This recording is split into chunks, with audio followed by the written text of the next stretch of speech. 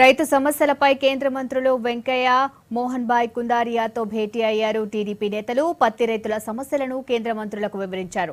కేసీఆర్ సర్కార్ రైతులను పట్టించుకోవడం లేదని ఫిర్యాదు చేశారు. దీనిపై జౌళి శాఖ మంత్రి గంగ్వార్తో ఫోన్లో మాట్లాడిన కుందారియా పత్తి కొనుగోలుపై నిర్ణయం తీసుకోవాలని కోరారన్నారు.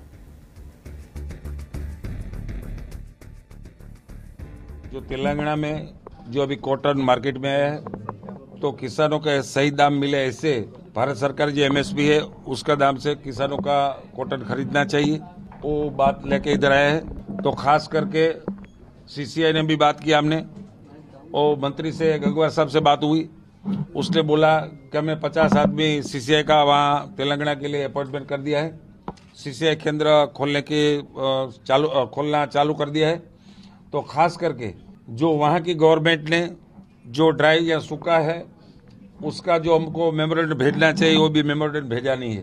हमारे यहाँ से अधिकारी ने वीडियो कॉन्फ्रेंसिंग से बात किया कि आपने वहीं जो स्थिति है किसानों के लिए जो ड्राई है सूखा है तो उसका कौन सी डिस्ट्रिक्ट में है उसका एक मेमोरेंडम भेजना चाहिए।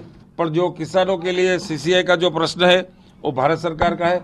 तो वहाँ का किसानों को सही दाम मिले, जो एमएसपी के आधार पे दाम मिले, ऐसा सीसीआई जल्दी केंद्र शुरू करके किसानों को कॉटन की खरीदी होने के लिए हम प्रयत्न करें।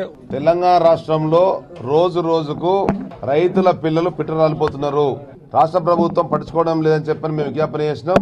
వెంటనే ఆ విజ్ఞాపనను స్వీకరించి రాష్ట్ర ప్రభుత్వాన్ని పంపించి నివేదిక చెప్పడం జరిగింది. అదేవిధంగా మార్కెట్లో పెద్ద ఎత్తున పత్తి వస్తున్నది.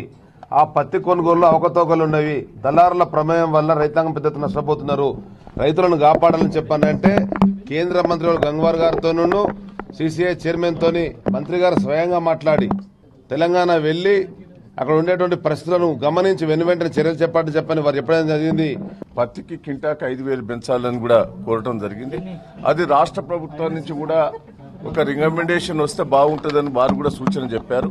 అది ఇంతవరకు మాకు రిపోర్ట్ ఏం రాలేదని చెప్పారు. కరువు కింద కూడా ఇంతవరకు పోయిన సంవత్సరం రాలేదు, ఇప్పుడు కూడా రాలేదు రిపోర్టు. వస్తే మేము యాక్షన్ తీసుకున్నందుకు సిద్ధంగా ఉన్నామని చెప్పారు. మహారాష్ట్ర ప్రభుత్వం 500 రూపాయలు బోనస్ ఇస్తున్నది. ఈ రాష్ట్ర ప్రభుత్వాన్ని కూడా ఒత్తిడి చేసి కింటాకు 500 రూపాయలు బోనస్ ఇచ్చే రూపంగా ఒత్తిడి చేయని చెప్పడం జరిగింది. తేమ శాతం పేరు మీద రిజెక్ట్ చేస్తున్నారు. ఆ తేమ శాతం కూడా రేటు తక్కువైనా పర్వాలేదు, తేమ శాతం ఉన్న దానికి సీసే వాళ్ళు కొనాలి.